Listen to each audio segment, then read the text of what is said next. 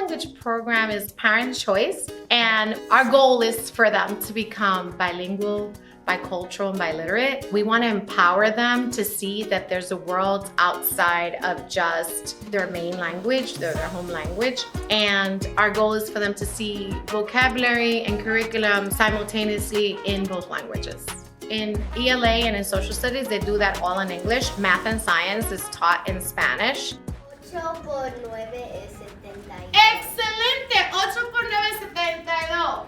Okay. We have a lot of friends who come from different parts of Latin America. And so we have a high ESOL population.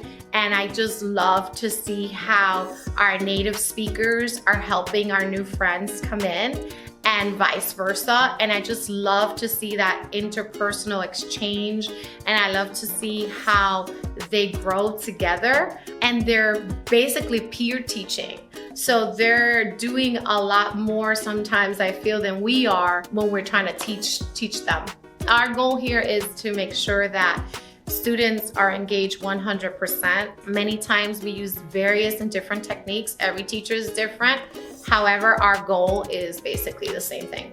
12 de marzo. 12 de marzo Del 2024. del 2024. We want them to be 100% engaged, and we want them to use these techniques to help each other out.